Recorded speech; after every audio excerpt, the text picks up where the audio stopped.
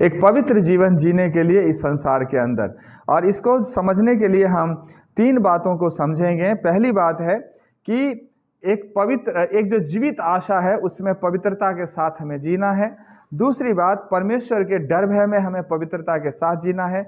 और तीसरी बात, आपसी प्रेम में भी हमें पवित्रता के साथ जीना है। और इस तीनों तरीके से जब हम जीते हैं तभी हम इस संसार में, इस पापी और विधर्मी संसार में हम पवित्रता के साथ जीवन को जी सकते हैं। लेकिन इस बात को हम जानने से पहले जो पहला खंड पढ़ा गया था पिछले दिन, हम उसमें पिछले संडे को हमने देखा था कि एक आनंद की बात है कि जो मसीह में हमारे लिए उद्धार मिला था उसके ऊपर हमने बात करा था। और उसमें 3 बातें थी। हमारा जो उद्धार है वो ट्रिनिटेरियन परमेश्वर के द्वारा, त्रिएक परमेश्वर के द्वारा हमारा उद्धार है। दूसरी बात हमने देखा था कि हमारी जो जीवित आशा है उसके लिए हमें आनंद मनाना है। संसार के लोगों के पास आशा ही नहीं है कि उनका मरने के बाद क्या होगा या कल उनके साथ क्या होगा, उसके पास कोई आशा नहीं है। लेकिन परमेश्वर का धन्यवाद हो कि हमारे पास एक जीवित आशा है। तीसरी बात थी कि हमारा जो विश्वास है वो परखा जाता है, क्योंकि परखा हुआ विश्वास जो होता है बहुत ही बहुमूल्य होता है। और चौथी बात हमने देखा था कि हमारे आत्मा का उद्धार निश्चित है, जो हो चुका है, इसलिए भी हमें भविष्य के लिए परेशान होने की जरूरत नहीं है, क्योंकि यीशु मसीह ने सब कुछ हमारे लिए पूरा किया है। और हमारा वो उद्धार जो हमारे वर्णन से बाहर है, जो यीशु मसीह के प्रकट होने पर हम सबको दिया जाएगा, जो मनुष्यों के सोच से भी कहीं बढ़कर है। इन सारी बात थी और इसके लिए खुशी मनाया गया, एक आनंद की विषय थी हमारे लिए। और ये कलीसिया चूंकि इस पर सताव थी, परेशानियां था, लोग तितर बितर हो गए थे, राजा नीरो के द्वारा बहुत सारे लोग सताए गए थे, तब ये जाकर के लिखा गया था। और लोग बीच में कंप्रोमाइज करने की कोशिश कर रहे थे, चूंकि इतना सताव, इतना दुख है, तकलीफ है, इसमें हम एक कंप्रोमाइज के साथ जीवन जीने की कोशिश। लेकिन पतरस जब इस पत्री को लिखते हैं तो वो कहते हैं कि बेशक ये संसार विधर्मी है, बेशक इस संसार में तुझे दुख है, तकलीफ है, परेशानी है, लेकिन इस संसार में तुझे पवित्रता के साथ जीवन जीना है। और इसी पवित्रता के साथ जीवन जीने के लिए हम मसीह में बुलाए भी गए हैं। पहला पॉइंट जो हमारा था वो 13 से लेकर 16 तक है, जो है कि हमें एक पवित्र जीवन जीना है, पवित्र आशा में। जो हमारे पास एक जीवित आशा है, उस जीवित आशा में हमें पवित्र जीवन को जीना है। और 13 पद में इस तरह से लिखा हुआ है, इस कारण अपनी अपनी बुद्धि की कमर बांधकर और सचेत रहकर उस अनुग्रह की पूरी आशा रखो जो यीशु मसीह के प्रकट होने के समय तुम्हें मिलने वाला है। लिखा है कि अपनी बुद्धि की कमर बांधकर, है ना। हमें कंप्लीट आशा, पूरा आशा हमें प्रभु पर रखना है। और वो आशा हमें मसीह यीशु के अनुग्रह के द्वारा जो हमें मिला है उस पर हमें पूरी तरह से विश्वास रहकर चलना है। तीतुस की जो दूसरा अध्याय है, तीतुस की पत्री का दूसरा अध्याय, उसके 13 और 14 पद में इस तरह से लिखा है कि उस धन्य आशा की, अर्थात हमारे महान परमेश्वर और उद्धारकर्ता प्रभु यीशु मसीह की महिमा के प्रकट होने की बाट जोहते रहो। हमारा वो धन्य आशा, अभी हमारे पास बहुत सारी आशा है। हमारे विफलता में प्रभु हमारा साथ देता है, हमारे निराशा में प्रभु हमें साथ देता है, हमारे कमजोरी में प्रभु हमें सामर्थ्य बनाता है, प्रभु हमें इस संसार में संभाल कर बचा कर लेकर चलता है। लेकिन इन सारी बातों से भी बढ़कर हमारे लिए एक ऐसी आशा है, जब यीशु मसीह प्रकट होगा जिसकी हमें बाट जोहना है, तब हमारा धन्य आशा पूरा होगा और हम उसके साथ होंगे और उसके जैसा होंगे और उसके साथ हम हमेशा हमेशा तक उनके साथ वास करेंगे, है ना। और लिखा है, जिसने अपने आप को हमारे लिए दे दिया कि हमें हर प्रकार के अधर्म से छुड़ा ले और शुद्ध करके अपने लिए एक ऐसी जाति बना ले जो भले काम करने के लिए सरगर्म रहता है।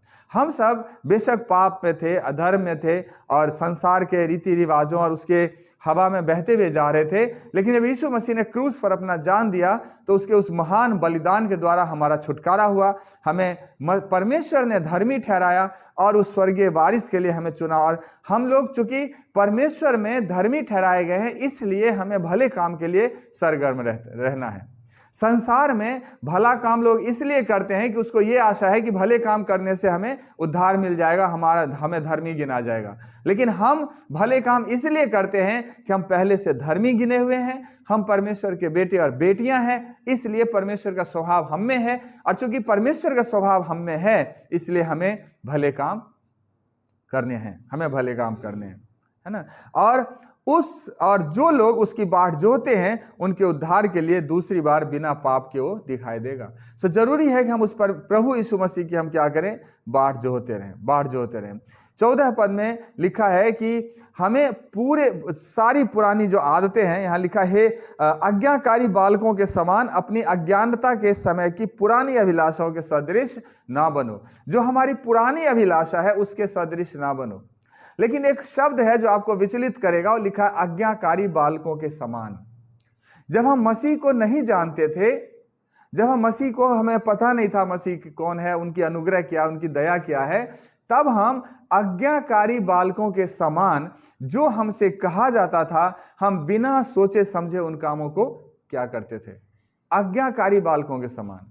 अगर हमें यह कह दिया जाए कि बिना मतलब नंगे पैर तुझे 2 किलोमीटर 4 किलोमीटर लेट के अगर जाना है, तो बिना हम सोचे समझे वो करते थे, सिर्फ इसलिए कि शायद हमें शांति मिल जाए, सिर्फ इसलिए कि हमारा छुटकारा हो जाए, सिर्फ इसलिए कि हमारी कुछ जरूरतें हैं वो पूरी हो जाए।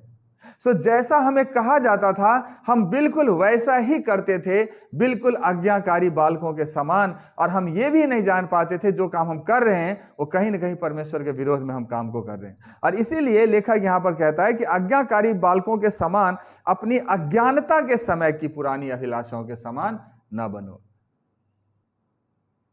कैसा? अज्ञानता। हर एक वो काम जो परमेश्वर के इच्छा के विरोध में होता है वो काम अज्ञानता है, वो पाप को उत्पन्न करता है। और जब हम मसीह को नहीं जानते थे तो उन सारे कामों को बड़े ही धार्मिकता के साथ, बड़े ही आज्ञाकारिता के साथ क्या करते, उसमें कोई शक नहीं। और कोई आपकी तो मुझे नहीं पता, लेकिन मैं जरूर उन बातों को क्या करता था। अगर मुझे बोल दिया जाता था आपको 10 दिन तक खाना नहीं खाना है तो नहीं खाना है। अगर बोल दिया जाता 10 दिन तक फलाहार में रहना तो फलाहार में ही रहना। अगर बोल दिया जाता था 10 दिन तक आपको एक ही वस्त्र में रहना है तो एक ही वस्त्र में रहना, नीचे सोना है तो जी नीचे ही सोना है। हर एक वो काम जो बताया जाता था हम एक आज्ञाकारी बालकों के समान हम करते थे, ये भूल कर कि हम अविनाशी परमेश्वर को नाशवान वस्तुओं में ढूंढते हैं। ये दिमाग में कभी नहीं आया। हम कभी नहीं सोचा कि जीवित परमेश्वर निर्जीव वस्तु में नहीं मिल सकता। लेकिन जब हमें उन बातों की समझ आए तो कहता है उन बातों में फिर से तुम अपना जीवन को मत ले जाओ, मत लगाओ, है ना। और इसीलिए इसी पहले ये पतरस है जिस पर हम लोग पढ़ रहे हैं, इसी के 4 अध्याय के 2 पद में देखें तो वहां लिखा है कि भविष्य में अपना शेष शारीरिक जीवन मनुष्यों की अभिलाषाओं के अनुसार नहीं वरन परमेश्वर की इच्छा के अनुसार व्यतीत करो। अब जब हमने यीशु मसीह को अपना उद्धारकर्ता मान लिया है, अब हमने जब अपना जीवन यीशु के हाथ में दे दिया है, तो अब जो हमारा शेष जीवन बचा हुआ इस संसार में, उस शेष जीवन को हम परमेश्वर की इच्छा के अनुसार से जीवन को व्यतीत करें, ना कि मनुष्यों की अभिलाषा के अनुसार से जीवन व्यतीत करें जैसे हम पहले करते आ रहे हैं। हमें उस तरह के जीवन में नहीं जाना है, क्योंकि अन्य जाति की इच्छा के अनुसार काम करना। अब अन्य जातियों की इच्छा क्या है? अन्य जाति मतलब वो लोग जो मसीह को नहीं मानते, उन्हें हम अन्य जाति कहते हैं। और उनकी इच्छा के अनुसार काम करने, अर्थात काम करने और लुचपन की बुरी अभिलाषा, मतवालापन, लीला कीड़ा, पियक्कड़पन, घृणित मूर्ति पूजा में जहां तक हमने पहले समय गंवाया वही बहुत हुआ। हमने ये सारे काम किया है मसीह को जानने से पहले। लुचपन की बुरी अभिलाषा हमें रही है, उसके बाद मतवालापन, दारू पी के और नाचना और सब करना खूब किया है त्योहारों में ऐसा करके। उसका लीला क्रीड़ा होता है, अलग अलग नामों से जाना जाता है, आप सब जानते हैं, होते हैं वो करते, वो भी हमने भी खूब किया हुआ है समय समय पर, है ना। पियक्कड़पन, दारू पी के मतवाला होना आपने देखा है। और घृणित मूर्ति पूजा, ये मूर्ति पूजा जो घृणित है हमारे प्रभु परमेश्वर के अनुसार से, उनको भी हमने खूब किया है ना। और इन सारे में हमने समय जो गमाया है वो बहुत गमाया। मेरे प्रिय, मैं अगर सच्चाई बताऊं, जब हमने प्रभु को ग्रहण किया और प्रभु के ग्रहण करने के बाद जब मैंने प्रभु के अनुग्रह को, परमेश्वर के प्रेम को अपने जीवन में महसूस किया, प्रभु की दया को महसूस किया, प्रभु ने जब हमसे बात किया और प्रभु की उपस्थिति में जब मैंने अपने जीवन को देखा और सारी बात को देखा, तो मुझे एक बात का बहुत अफसोस आया, और वो ये था कि मैंने व्यर्थ अपने इतने पिछले साल हमने उन चीज़ों के पीछे गंवाया जो न सुन सकता था, न देख सकता था, न आशीर्वाद देने के लिए हाथ उसका उठ सकता था, और उन सारी चीज़ों में हमने अपने समय व्यर्थ गंवाया। बेशक उनके कान होते हैं लेकिन वो सुनते नहीं है, मुंह होते हैं लेकिन आशीर्वाद देने के लिए खुलते नहीं है, हाथ होते हैं लेकिन उठते नहीं कि हमें वो आशीर्वाद दे दे। लेकिन हमने उन सारी बातों में समय को गंवाया। लेकिन जब हमने यीशु को देखा, यीशु से बातचीत हुआ, यीशु ने हमें मदद किया, अपनी अनुग्रह में हमें लिया, तब हमें महसूस हुआ कि हमने पीछे जो समय गंवाया बहुत व्यर्थ चला गया। काश हमने यीशु से इवन प्रार्थना में प्रभु से कहा भी था, हे प्रभु, ये समय जो आप इतने सालों के बाद आपने मुझे दिखाया, काश पहले अगर आप हमें बुला लिए होते तो हमारा जीवन कुछ और होता। लेकिन पवित्र आत्मा ने मेरी अगुवाई करी और बोला कि अगर तुम इतने उतार चढ़ाव को जीवन में नहीं देखते तो विश्वास के साथ आगे खड़े भी नहीं होते। कहीं ना कहीं दिमाग में ये बात रहती कि काश वहां जाते तो कुछ अच्छा हो सकता था। सो परमेश्वर पिता का धन्यवाद इस वचन के लिए जो कहा जाता है कि तुम उन कामों में थे लेकिन उसमें जो समय गंवाया वो बहुत था। अब उन सारी चीजों में अपना समय मत खराब करो, मत गंवाओ, मन बदल कर प्रभु के पीछे बढ़ते हुए चले जाओ। और इसलिए संसार के सदृश ना बनो, वरन तुम्हारी बुद्धि के नए हो जाने से तुम्हारा चाल चलन भी बदलता हुआ चला जाए। ये संसार के सदृश नहीं बनना जिसमें हमने बहुत सारे समय गंवा दिए, बहुत सारे हमने अपनी जीवन की बदहाली को देख लिया। अब जरूरत है कि हमारे जब बुद्धि के नए हो जाने से मतलब कि हम जो अविनाशी परमेश्वर को नाशवान वस्तु में ढूंढते थे, अब हमें समझ में आ गया कि नाशवान वस्तु में अविनाशी परमेश्वर नहीं रहता। अब हमें समझ में आ गया कि जीवित ईश्वर निर्जीव वस्तुओं में नहीं मिलता। और जब हमने ये समझ लिया, परमेश्वर के वचन को समझ लिया कि परमेश्वर कौन है, उसका इकलौता बेटा कौन है, उद्धार कैसे मिलता है, अनंत जीवन कैसे मिलता है, तो जब हमारी बुद्धि नई हुई है तो हे मेरे प्रिय, हमारा चाल चलन भी मसीह में नया होते हुए चले जाना चाहिए। नया चाल चलन का मतलब हर एक वो रीति व्यवहार जो संसार के सदृश है उसको छोड़ दो, और हर एक वो रीति व्यवहार जो परमेश्वर के अनुसार है उसको पकड़ लो। या यूं कहें दूसरे शब्द में, जो बाइबल कहता है करने के लिए उसको हमें करना है, और बाइबल जिसको कहता है नहीं करने के लिए उसको हमें किसी भी कीमत पर नहीं करना है।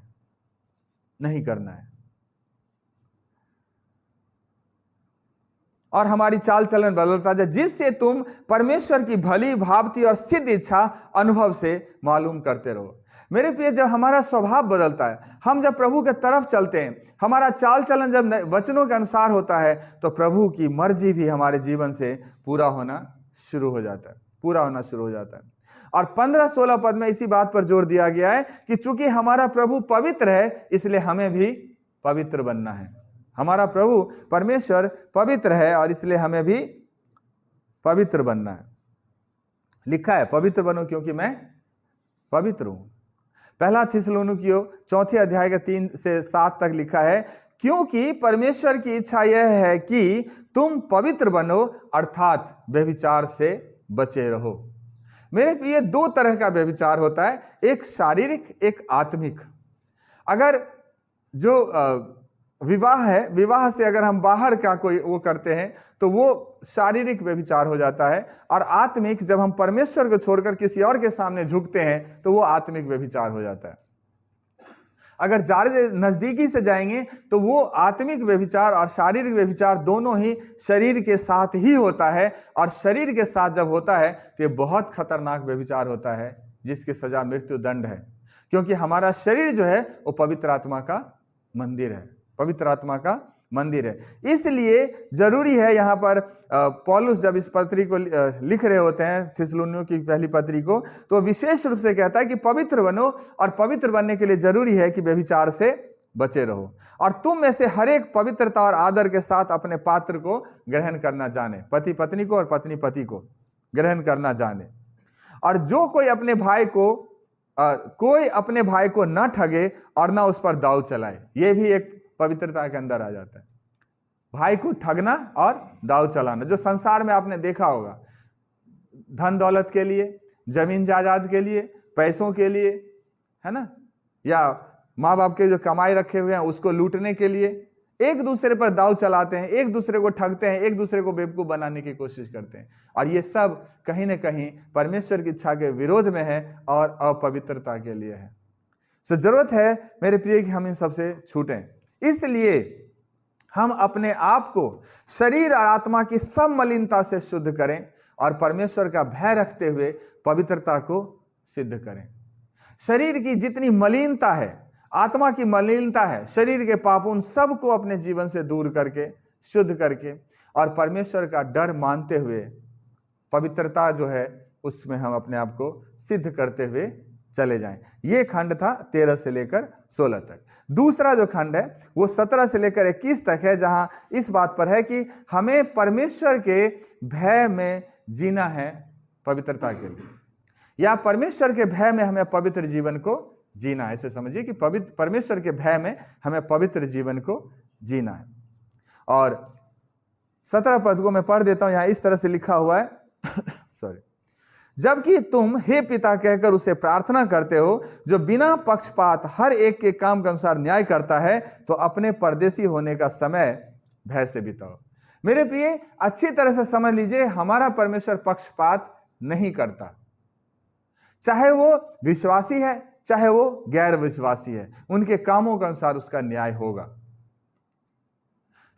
पतरस में ही जब आगे जाएंगे तो आप पढ़ेंगे, पतरस ने कहा था कि परमेश्वर का जब न्याय शुरू होगा तो परमेश्वर का यह कहना है कि मेरे घर ही से न्याय शुरू करो, जहां प्रभु के लोग हैं वहीं से न्याय को शुरू करो।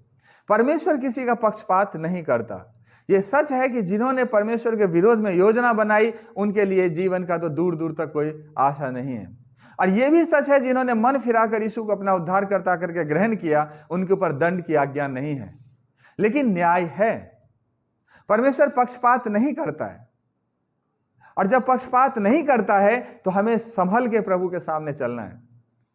वहां यह नहीं चलेगा कि प्रभु जी हम तो आपको इतने सालों से जानते हैं, हम पर आप दया कर दीजिए, या प्रभु हम तो बहुत मेहनत किया है, हम पर दया कीजिए।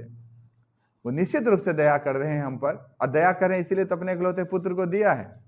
लेकिन हमारा परमेश्वर न्यायी है और पक्षपात नहीं करता है, इसलिए जरूरत है कि हम इन बातों को समझें। और प्रेरितों के काम 10 अध्याय के 34-35 में इसलिए लिखा है कि पतरस ने मुंह खोलकर कहा कि अब मुझे निश्चय हुआ है कि परमेश्वर किसी का पक्षपात नहीं करता, वरन हर जाति जो उससे डरता है और धर्म के काम करता है वो उसे भाता है। प्रिय, ये वो सीन है जब कुरनेलियुस जो अन्य जाति है और पतरस यहूदी है, और यहूदी लोगों के लिए अन्य जातियों में जाना एक अधर्म है, छुआछूत की दृष्टि से देखा जाता था। लेकिन जब पतरस को बुलाया गया, स्वर्गदूत ने दर्शन दिया और फिर वहां जाना हुआ, तो पतरस के अंदर में जाते हुए ही पतरस ये बात कहता है कि तुझे पता होना चाहिए कुरनेलियुस कि मैं यहूदी हूं, और तुम्हारे ऐसे लोगों के घर में आना हमारे लिए अधर्म की बात है। लेकिन उसके बावजूद जब बातचीत होने लगी, प्रार्थना होने लगी और पवित्र आत्मा जब उतरा, तब पतरस को समझ में आया कि परमेश्वर यहूदी और गैर यहूदी में भेद नहीं करता। परमेश्वर बड़ी जाति और छोटी जाति में भेद नहीं करता। परमेश्वर पवित्रता और अपवित्रता में भेद करता है, लेकिन मनुष्यों में भेद नहीं करता। और सब जाति के लिए प्रभु एक सा नजरिया रखता है।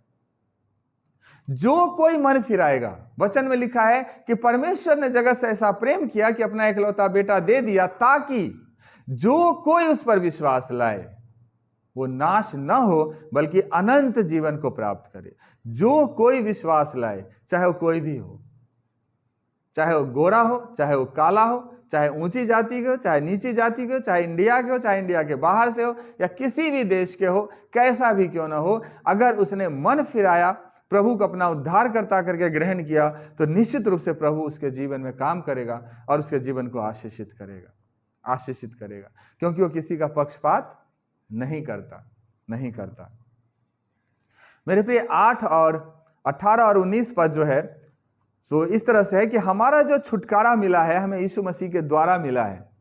हमारा छुटकारा यीशु मसीह के द्वारा मिला है, जिसको पिता परमेश्वर ने मरे हुओं में से जिलाया है। सो 18 पद कहते हैं, क्योंकि तुम जानते हो कि तुम्हारा निकम्मा चाल चलन जो तुम्हारे बाप दादों से चला आता है, उससे तुम्हारा छुटकारा चांदी, सोने या नाशवान वस्तुओं के द्वारा नहीं हुआ। अब हम सब इस बात को जान चुके हैं, जो हमारा छुटकारा हुआ है वो निकम्मा चाल चलन जो हमारे बाप दादाओं से आता है। आप जब जाते हैं लोगों को बताते हो, कहते हैं हमारे बाप दादा ने ऐसा किया, हम कैसे छोड़ दें। वो निकम्मा चाल चलन क्या है? निकम्मा किसको बोलते हैं? जो किसी काम का नहीं है, उसी को तो निकम्मा बोलते हैं, जो किसी काम का नहीं है। और जब ऐसा चाल चलन जो हमारे बाप दादाओं से आता है और आज भी हम उसी को लेकर के चल रहे हैं, तो हम भी उसी के समान गिने जाएंगे। और जब हमने उन कामों को छोड़ करके मन फिरा करके प्रभु के पीछे चलना शुरू किया है, और तब यीशु मसीह अपने लहू के द्वारा, उस बेशकीमती लहू के द्वारा हमें खरीदा है, जो यहाँ लिखा है 19 पद में, कि तब निर्दोष और निष्कलंक अर्थात मेमने की बहुमूल्य लहू के द्वारा हुआ। हमारा जो छुटकारा हुआ वो सोने चांदी से नहीं हुआ। सोने चांदी का जिक्र इसलिए हुआ कि हमारे जो मूर्तें हुआ करती हैं संसार के लोगों का, वो हाथ के बनाए हुए होते हैं और सोने चांदी से ढके हुए होते हैं, देखने में खूबसूरत होता है, तो उन्हें यह आशा होता है कि शायद ये हमारा छुटकारा कर देगा।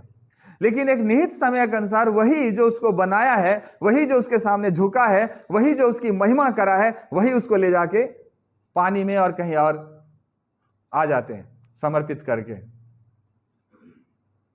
और इतना भी नहीं सोचते, हमारे इतने ज्ञानी लोग सब हैं, इतने पढ़े लिखे लोग हैं, इतने बुद्धिमान लोग हैं जो बाल के खाल तक उतारना जानते हैं, लेकिन इतनी बात समझ में नहीं आता कि अविनाशी परमेश्वर कभी भी नाशवान वस्तुओं में नहीं रह सकता। जीवित ईश्वर निर्जीव वस्तु में कैसे मिल सकता है? रिलायंस कंपनी के मालिक क्या मोबाइल के फोन में मिलेगा? और जब नहीं मिलेगा तो सृष्टिकर्ता सृष्टि में कैसे मिल सकता है? नहीं मिल सकता। मेरे प्रिय लोग पीएचडी और कौन कौन से डीडी करके बैठे हुए रहते हैं, लेकिन उन्हें इतनी छोटी सी बात समझ में नहीं आता। और वही आगे लिखा हुआ जो हमारा निकम्मा चाल चलन है, पहला रोमियो की जो पत्री है उसका पहला अध्याय के 23 से 25 तक इसी बात को लिखा है कि अविनाशी परमेश्वर की महिमा को, ध्यान सुनिएगा, अविनाशी परमेश्वर की महिमा को नाशवान मनुष्य, पक्षियों, चौपायों, रेंगने वाले जंतु की मूरत की समानता में बदल डाला। जो अविनाशी परमेश्वर, जो परमेश्वर नाश नहीं हो सकता, उसको किसके स्वरूप में बदला? नाशवान मनुष्य के स्वरूप में। मनुष्य कोई भी क्यों ना हो, कितना भी बड़ा 30 मारखा क्यों ना हो, कितना भी बलवंत क्यों ना हो, कितना भी चौड़ा सीना क्यों ना हो, लेकिन एक दिन मरना तय है। एक दिन उसे नाश होना तय है। ये फाइनल है, इसको कोई टाल नहीं सकता। लेकिन ऐसे में परमेश्वर को ढूंढना जो अविनाशी है, जो सनातन है, जो कभी मरा ही नहीं, ऐसे ईश्वर को ढूंढना, कितने हम बुद्धिमान हैं आइडिया लगा सकते हैं। दूसरी बात, पक्षियों में, चौपायों में, 4 पैर वालों में, रेंगने वाले जंतुओं में, जैसे सांप हुआ और अभी बहुत सारे रेंगने वाले जंतु हैं, इन सब की जंतुओं की मूरत में, चलो वो जिंदा में ढूंढते तो वो समझ में भी आता, जिंदा को तो मार देते हैं और उसकी शक्ल बना के उसकी आराधना करते। सो अविनाशी परमेश्वर को इन जंतुओं में, नाशवान मनुष्यों में, पक्षियों में, चौपायों में, उसकी मूर्तों की समानता में उसको बना डाला। उस मूर्ति में ढूंढते हैं कि हमारा परमेश्वर जो अविनाशी है वो इसी में बना डाला। और इस कारण परमेश्वर ने उन्हें उनकी मन की अभिलाषा के अनुसार अशुद्धता के लिए छोड़ दिया कि वे आपस में अपने शरीर का अनादर करें। जब उन्होंने मन फिराना नहीं चाहा, जब उस बातों से फिर करके प्रभु के पीछे चलने को राजी नहीं हुआ, तो प्रभु ने भी उसके अशुद्धता के लिए, उसके कर्मों के अनुसार से उस पर क्या कर दिया? छोड़ दिया, ताकि अपने शरीर का अनादर करे। मेरे प्रिय, हमारा शरीर जो है, इसमें पवित्र आत्मा का ये मंदिर है, इसमें पवित्र आत्मा वास करता है। और अगर आप यूहन्ना रचित सुसमाचार को पढ़ेंगे तो वहां पर आप देखेंगे तो पिता, पुत्र, पवित्र आत्मा, तीनों की उपस्थिति एक सच्चे विश्वासी के अंदर पाया जाता है। तीनों की उपस्थिति पिता, पुत्र और पवित्र आत्मा के अंदर पाया जाता है। और जब ये शक्ति हमारे अंदर है, तो क्या हमें हमारे ही हाथ से रचे हुए चीजों के सामने झुकना चाहिए? ये तो विश्वासी की बात हो गई। इवन की जो गैर विश्वासी है, वो भी परमेश्वर का रचा हुआ है। और जब परमेश्वर का रचा हुआ है, तो परमेश्वर की आत्मा उसमें दिया हुआ है। और परमेश्वर की आत्मा उसमें इसलिए दिया गया कि परमेश्वर की महिमा करे, परमेश्वर की बड़ाई करे, ना कि अपने हाथ की बनाई हुई चीजों की बड़ाई करे, है ना? क्योंकि उन्होंने परमेश्वर की सच्चाई को बदलकर झूठ बना डाला। जो परमेश्वर की सच्चाई है उसको झूठ में बदल डाला और सृष्टि की उपासना और सेवा की, ना कि सृजनहार की, जो सदा धन्य है। इतने ज्ञानी लोग हैं, इतने समझदार लोग हैं कि सृष्टि की उपासना करी, ना कि सृष्टिकर्ता की।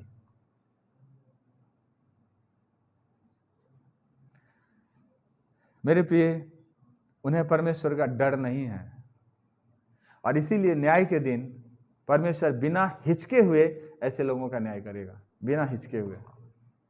अभी समय है कि हम मन फिरा लें, अभी समय है कि हम प्रभु के चरणों में आए। लेकिन परमेश्वर पिता का धन्यवाद हो, जो इब्रानियों 9:14 में लिखा है, मसीह का लहू जिसने अपने आप को सनातन आत्मा के द्वारा परमेश्वर के सामने निर्दोष चढ़ाया, तुम्हारे विवेक को मरे हुए कामों से क्यों न शुद्ध करेगा, ताकि तुम जीवते परमेश्वर की सेवा करो। यह सच है कि जब हमने परमेश्वर को नहीं जाना, जब हम यीशु मसीह हमारे जीवन का प्रभु नहीं था, तब हमने ये सारे काम किए हैं कि अविनाशी परमेश्वर को नाशवान वस्तुओं में ढूंढा है, सृष्टिकर्ता को सृष्टि में ढूंढा है, और जो जीवित है उसको हमने निर्जीव वस्तुओं में ढूंढा है, और इस तरह से हमारा विवेक भी मर गया था। लेकिन परमेश्वर पिता का धन्यवाद हो मसीह यीशु के उस सामर्थी, जीवित और पावरफुल उस लहू के लिए, जिसके द्वारा हमें फिर से उन सारे चीजों से, लिखा है, अपने आप को सनातन आत्मा के द्वारा हमें शुद्ध किया, पवित्र किया, और फिर इस लायक बनाया कि हम उस जीवते और सच्चे परमेश्वर की आराधना कर सकें, उस सच्चे और जीवते परमेश्वर की आराधना को कर सकें। 20 और 21 चीज में दिया गया है कि 20 और 21 को पहले पढ़, जो लिखा है, उसका ज्ञान तो जगत की उत्पत्ति से के पहले से ही जाना गया था, पर अब इस अंतिम युग में हमारे लिए प्रकट हुआ। मेरे प्रिय, हम जो परमेश्वर को आज जान पा रहे हैं, वो यीशु मसीह के द्वारा परमेश्वर को जान पा रहे हैं। आज संसार अविनाशी परमेश्वर को नाशवान वस्तुओं में क्यों ढूंढ रहा है? आज जीवित परमेश्वर को निर्जीव वस्तुओं में क्यों ढूंढ रहा है? उसका मेन कारण है, उसके पास यीशु नहीं है। और चूंकि यीशु नहीं है, इसका मतलब रोशनी नहीं है, और जब रोशनी नहीं होता है तो अंधेरा होता है, और जब अंधेरा होता है तो एक नॉर्मल सी रस्सी भी सांप दिखता है। जब अंधेरा होता है तो सारे कलर एक जैसा दिखता है। जब अंधेरा होता है तो अच्छे और बुरे का भेद भी पता नहीं चलता। यीशु वो जगत की रोशनी है, ज्योति है, जब हमारे जीवन में आता है तो हमारे जीवन को बदलता है, हमारे जीवन में प्रकाश लाता है, हमें समझाता है कि सचमुच में सच्चा ईश्वर कौन है, और फिर हम उसके पीछे चलना शुरू करते हैं। और ये बात हम पर यीशु के द्वारा प्रकट हुआ। यीशु ने बोला फिलिप्पुस को, जो जिसने मुझे देखा उसने पिता को देखा, जिसने मुझे देखा उसने पिता को देखा। आज यीशु हमारे पास है तो पिता भी हमारे पास है। यीशु के दया से, करुणा से हम समझने पाए कि पिता कौन है। और वही यहां लिखा है, वो यीशु, बहुत सारे लोग संसार में कहते हैं यीशु मसीह तो 2000 साल पहले आए, सबसे नया भगवान में से एक भगवान है, लेकिन ऐसा नहीं है।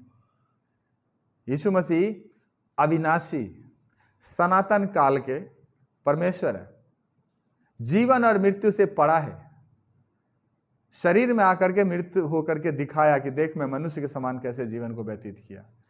लेकिन जो यीशु का अपना शख्सियत है, वो जीवन और मृत्यु से भी बढ़कर है, सृष्टि से पहले है वो। पता नहीं लोग सनातन को क्या समझ लेते हैं, मुझे तो ये नहीं समझ में आया कि सनातन 2-4 साल, 10 साल, 15 साल, 20 साल, 100 साल का होता है, या हमेशा हमेशा के लिए होता है। सनातन का मतलब वो होता है जिसका शुरू और जिसका अंत नहीं है, वही सनातन है। और परमेश्वर का वचन कहता है कि आदि में वचन था, और वचन परमेश्वर के साथ था, और वचन परमेश्वर था। आदि में वचन था मतलब जब कुछ नहीं था, ना पृथ्वी थी, ना आकाश था, न स्वर्ग था, और पेड़ पौधे जीव जंतु की तो चर्चा ही मत करिए, लेकिन कुछ नहीं था, तब परमेश्वर थे। और जब परमेश्वर थे तो परमेश्वर के शब्द उनके साथ था, क्योंकि परमेश्वर गूंगा नहीं थे, परमेश्वर गूंगा नहीं है, परमेश्वर बोलता है, और बोलता है तो वचन परमेश्वर के साथ है, और वही वचन परमेश्वर है। इसलिए परमेश्वर है कि जो सामर्थ्य परमेश्वर में है, वही सामर्थ्य परमेश्वर के जुबान से निकले हुए शब्दों में है, शब्दों में। और फिर यूहन्ना रचित सुसमाचार पहले अध्याय के 14 पद में लिखा है कि वही वचन देहधारी हुआ। हालेलुया। वही वचन देहधारी हुआ। कौन सा वचन? जो वचन आदि में था, जो वचन खुद परमेश्वर था, जो वचन परमेश्वर के साथ था, वही वचन क्या हुआ? देहधारी हुआ, और देहधारी होकर के हमारे बीच में डेरा किया, हमारे बीच में डेरा किया। ये वही है। तो लिखा है उसका ज्ञान तो जगत की उत्पत्ति से पहले ही से जाना गया था, पर अंतिम युग में वो प्रकट हुआ।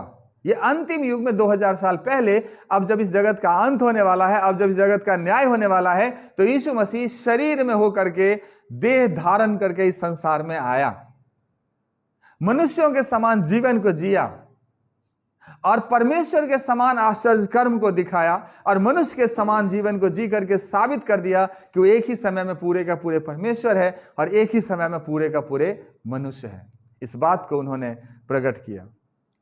और जब क्रूस पर चढ़ाया गया, उसके बाद पौलुस इफिसियों की पत्री में लिखता है कि जो उसने मसीह के विषय में किया कि उसको मरे हुओं में से जिलाकर स्वर्गीय स्थान में अपनी दाहिनी ओर सब प्रकार की प्रधानता, अधिकार, सामर्थ, प्रभुता और हर एक नाम के ऊपर, जो न केवल इस लोक में बल्कि आने वाले लोगों में भी लिया जाएगा, बैठाया। इफिसियों पहले अध्याय के 20 से 22 तक है कि यीशु जब क्रूस पर मारा गया, परमेश्वर की सारी आज्ञाओं को पूरा करते हुए उस मृत्यु को सह ली, वो शापित मृत्यु को सह ली, तो परमेश्वर ने उसे मुर्दों में से जिंदा किया और वो नाम दिया जो सब नामों में श्रेष्ठ है। सारी प्रधानता, सारे अधिकार, सारी शक्तियां यीशु के वश में कर दिया गया। और न केवल इस लोक में बल्कि आने वाले लोक में भी प्रभुता करने वाला कोई और नहीं बल्कि यही यीशु मसीह नासरी है, जो आज से 2000 साल पहले क्रूस पर मारा गया था। वही। और सब कुछ उसके पांव तले कर दिया। सब कुछ, चाहे न्याय की बात हो, चाहे शक्ति की बात हो, चाहे सामर्थ्य की बात हो, चाहे सिस्टम चलाने की बात हो, सब कुछ उसके पांव के नीचे कर दिया और उसे सब वस्तुओं पर शिरोमणि ठहराकर कलीसिया को दे दिया। सब वस्तुओं पर शिरोमणि ठहराकर, जितनी भी चीजें हैं हर चीज को उससे अंदर करके, हर चीज के ऊपर पावरफुल बनाकर, हर चीज को उसके अधीन में करके वो सारे अधिकार आज कलीसिया को दिया गया, अर्थात आज हमें और आप जैसे विश्वासी को दिया गया। तभी तो हम शैतान को यीशु के नाम से डांटते हैं, कहते हैं चला जा। तभी तो हम बीमारी को यीशु के नाम से डांटते हैं, कहते हैं चला जा। सॉरी, तभी तो हम परिस्थितियों को यीशु के नाम से डांटते हैं और कहते हैं चला जा। तभी तो हम जयवंत जीवन को जीते हैं। ये प्रिय हमारे कर्मों की वजह से नहीं है, बल्कि उसी महिमामयी परमेश्वर के दया और कृपा से हमें मिला है। तीसरी और लास्ट बात जो है वो ये है कि हमें पवित्र जीवन जीना है एक आपसी प्रेम के अंदर। एक आपसी प्रेम के अंदर भी हमें पवित्र जीवन जीना है, जो 22 से 25 तक है। और 22 पद में इस तरह से लिखा हुआ है, जबकि तुमने भाईचारे की निष्कपट प्रीति के निमित्त सत्य के मानने से अपने मनों को पवित्र किया है, तो तन मन लगाकर एक दूसरे से प्रेम रखो। तन मन लगाकर एक दूसरे से प्रेम रखो। मेरे प्रिय, हमें एक दूसरे से पूरे हृदय से प्रेम रखना है, क्योंकि परमेश्वर के वचन के द्वारा हमें शुद्ध और पवित्र किया गया है। वही वचन जिसको यीशु मसीह ने शुरू से लेकर अंत तक, क्रूस की कथा तक पूरा किया है, और हमें ऐसा दिया गया। इसलिए जरूरत है कि हम सब आपस में क्या रखें? प्रेम रखें। पहला यूहन्ना के 4:7 में लिखा है कि हे प्रियो, हम आपस में प्रेम रखें, क्योंकि प्रेम परमेश्वर से है। क्योंकि प्रेम कहां से है? परमेश्वर से है, और हम भी परमेश्वर से हैं। इसलिए हमें जरूरत है कि हम आपस में क्या रखें? प्रेम रखें। आपस में हम प्रेम रखें। और वह परमेश्वर से जन्मा है और परमेश्वर को जानता है। जो आपस में प्रेम रखता है वो परमेश्वर से जन्मा है और परमेश्वर उसे जानता है। सो प्रेम हमारे जीवन में वो कड़ी है जो हमें परमेश्वर से जोड़ता है। प्रेम वो कड़ी है जो हम परमेश्वर के लोग हैं उस चीज को रिप्रेजेंट करता है। प्रेम वो कड़ी है जो परमेश्वर का राज्य जो स्वर्ग में है उसको पृथ्वी पर स्थापित करता है। यही यूहन्ना कहता है कि अगर तुझमें मसीह का प्रेम नहीं तो तुम मसीह के जन नहीं। एक मसीही जीवन जीने के लिए, एक अच्छे क्रिश्चियंस लाइफ जीने के लिए जरूरत है कि हम प्रेम के साथ जीवन को जिएं। और अगर हमारे जीवन में प्रेम नहीं है तो सीधा सीधा हम मसीह के लोग नहीं हैं। यूहन्ना रचित सुसमाचार 13 अध्याय में यीशु मसीह कहते हैं कि मैं तुम्हें एक नई आज्ञा देता हूं। ध्यान सुनिएगा, यीशु ने कहा मैं तुझे एक नई आज्ञा देता हूं। और क्या हो नई आज्ञा? कि एक दूसरे से प्रेम रखो, जैसा मैंने तुमसे प्रेम रखा वैसे ही तुम भी एक दूसरे से प्रेम रखो। यीशु ने कहा आपस में एक दूसरे से प्रेम रखो। कैसा प्रेम रखो? मतलब का नहीं कि उसने चाय पत्ती दिया तो हम उसको चीनी दे आएंगे, उसने सब्जी दिया तो हम उसको भी सब्जी दे आएंगे, वो वाली मतलब का प्रेम नहीं है। ये वो प्रेम है, यीशु कहता है कि जैसा प्रेम मैंने तुम्हारे साथ किया। यीशु ने हमसे हमारे साथ कैसा प्रेम किया? क्या यीशु ने पाप किया था? किया था? नहीं ना। या यहूदियों के विरोध में कुछ किया था? नहीं ना। किसी को गाली दिया था? किसी को मारा था? कुछ नहीं। हर एक व्यवस्था को जो हम और आप सह नहीं पा रहे थे, हर एक उस नियम को जो हमारे लिए भारी था और हम नरक की तरफ भागे जा रहे थे, उससे छुड़ाने के लिए यीशु मसीह ने अपने ऊपर सारी बातों को उठा लिया और उठा करके क्रूस पर चढ़ गया। लिखा है वचन में कि समस्त मानव जाति के पाप को पिता ने उसके ऊपर लाद दिया और पिता को यही अच्छा लगा। और यीशु मसीह भी सबको उठा करके क्रूस पर चढ़ गए। और चूंकि यीशु हमारे और आपके लिए, हम नरक में न चले जाएं, हम मौत के मुंह में न चले जाएं, हमारा जीवन शापित न हो जाए, हमारा जीवन दुख में न जाए, इसलिए यीशु मसीह क्रूस तक की मृत्यु को सह ली। और यीशु कहता है वही प्रेम हम आपस में भी तुम्हें रखो। एक दूसरे की सहना सीखो, एक दूसरे को माफ करना सीखो, एक दूसरे को ग्रहण करना सीखो और वो प्रेम दिखाओ जो प्रेम मैंने तुम्हारे लिए दिखाया, मैंने तुम्हारे लिए दिखाया। क्योंकि परमेश्वर का वचन कहता है यदि आपस में प्रेम रखोगे तो इसी से सब जानेंगे कि तुम मेरे चेले हो। अगर आप यीशु के चेले हैं तो आपका क्या प्रमाण है? कि आप आपस में प्रेम रखते हैं, आपस में प्रेम रखते हैं। और जरूरत है कि हम प्रेम के साथ ही अपने जीवन को जिएं, प्रेम के साथ ही। 23 पद में इस तरह से लिखा है, क्योंकि तुमने नाशवान नहीं पर अविनाशी बीज से परमेश्वर के जीवते और सदा ठहरने वाले वचन के द्वारा नया जन्म पाया है। हमने जो नया जन्म पाया है अविनाशी बीज से पाया है, अर्थात परमेश्वर से हमने नया जीवन को पाया। और नया जीवन हमें परमेश्वर के द्वारा मिला है। आपको पता होगा यूहन्ना रचित सुसमाचार में एक निकोदेमुस नाम का एक इंसान है जो यहूदियों का गुरु है, और वाद विवाद होता है तो यीशु से पूछता है वो। यीशु मसीह कहते हैं जब तक कोई इंसान नया जीवन से, नए सिरे से जन्म न ले तब तक वो स्वर्ग के राज में प्रवेश नहीं करेगा। सो निकोदेमुस कंफ्यूज हो गया, पूरा उसकी दुनिया, सोच विचार जो उसके ज्ञान थे उलट पुलट हो गया। और रात को आया यीशु मसीह के पास ये पूछने के लिए, प्रभु ये कैसे हो सकता है कोई इंसान जो जन्म लिया फिर से माँ के पेट में जाए फिर से निकल गया? समझ नहीं रहा नया जन्म क्या है। लेकिन परमेश्वर का वचन कहता हमने नया जन्म कैसे पाया है? अविनाशी बीज से परमेश्वर के जीवते और सदा ठहरने वाले वचन के द्वारा। कैसा नया जन्म पाया है? अविनाशी बीज से और परमेश्वर के जीवते और सदा ठहरने वाले वचन के द्वारा। और वही पर यीशु मसीह ने कहा कि यदि कोई नए सिरे से जन्म न ले तो परमेश्वर के राज्य को नहीं देख सकता। मेरे प्रिय, नए सिरे से जन्मने का मतलब पुराने जीवन को आप त्याग दीजिए, छोड़ दीजिए। नए सिरे से जन्मने का मतलब जिस दिन आपने यीशु को अपना प्रभु करके ग्रहण किया, जिस दिन आपने बैप्टिज्म ली, जिस दिन यीशु को अपना जीवन दे दिया, उस दिन के बाद और उस दिन से पहले एक बहुत बड़ा दीवार है। सो पुराने जीवन का कोई भी बात इस नए जीवन में नहीं आनी चाहिए। उस दीवार को पार करके पीछे गया तो गया, बीती ताय बिसारिए, आगे की सुधि ले। अब आगे बढ़िए प्रभु में, आगे प्रभु में चलते जाइए।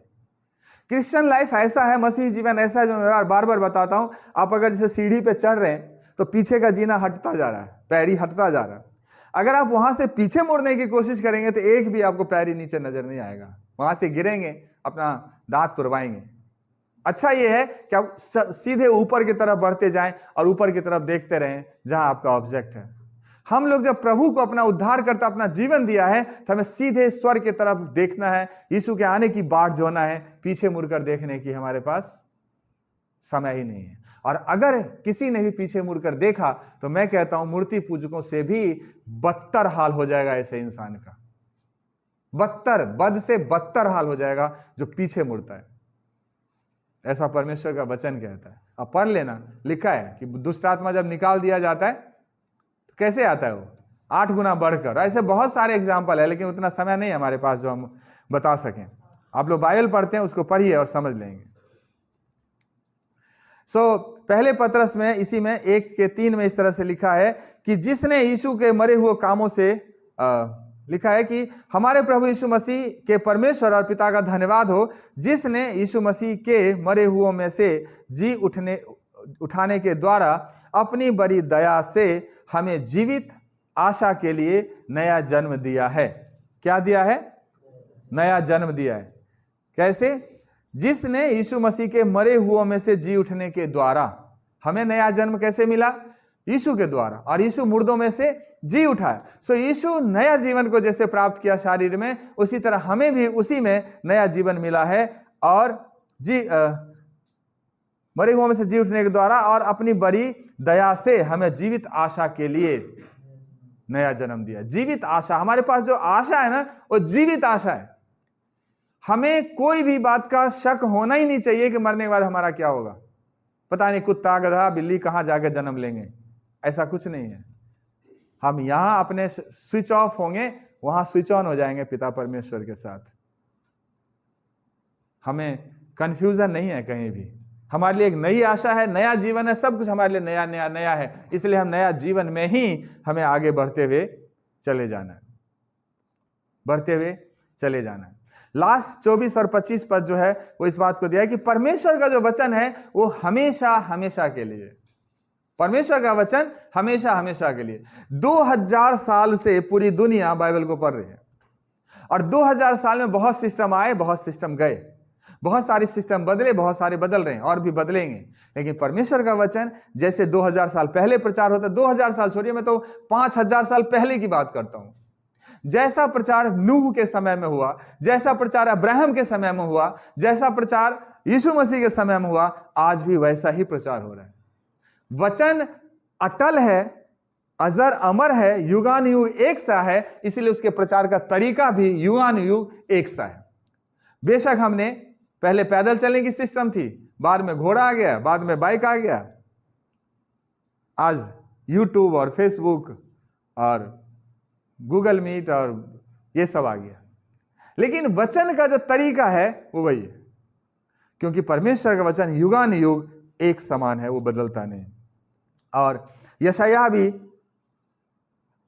40 अध्याय के 6 से 8 तक कहता है कि बोलने वाले का वचन सुनाई दिया, प्रचार कर। मैंने कहा मैं क्या प्रचार करूं? सब प्राणी घास और उसकी शोभा मैदान के घास के समान है। जब यहोवा की सांस उस पर चलती है तो घास सूख जाता है और फूल मुरझा जाता है। निस्संदेह प्रजा घास है। मनुष्य जो है ना, घास के समान तुलना किया गया मनुष्य से। आपने घास देखा होगा, अगर घास बहुत हो जाता है, हरियाली हो जाता है, तो वो शेर जैसे खतरनाक जानवर को अपने अंदर छुपा लेता है, वो आपको चलने नहीं देता है। दुष्कर्मों के बहुत सारे प्रमाण उस घास में मिल जाता है, क्योंकि वो अपने आप को बलवंत समझता है, पावरफुल समझता है, बढ़ जाता है, हरियाली हरियाली दिखता है। लेकिन जैसे सूरज की रोशनी उस पर पड़ता है, वो सूख जाता है और अपनी हैसियत पर आ जाता है। मनुष्य का जीवन भी ऐसा ही है मेरे प्रिय। मनुष्य के अंदर जब सामर्थ होती है, ताकत होती है, जेब में नोट होती है, तो कहता है जो हूं मैं ही हूं, बाकी तो सब बेकार है। लेकिन जब परमेश्वर की रोशनी पड़ता है तो उसे समझ में आ जाता है कि सच्चाई क्या है, सच्चाई क्या है।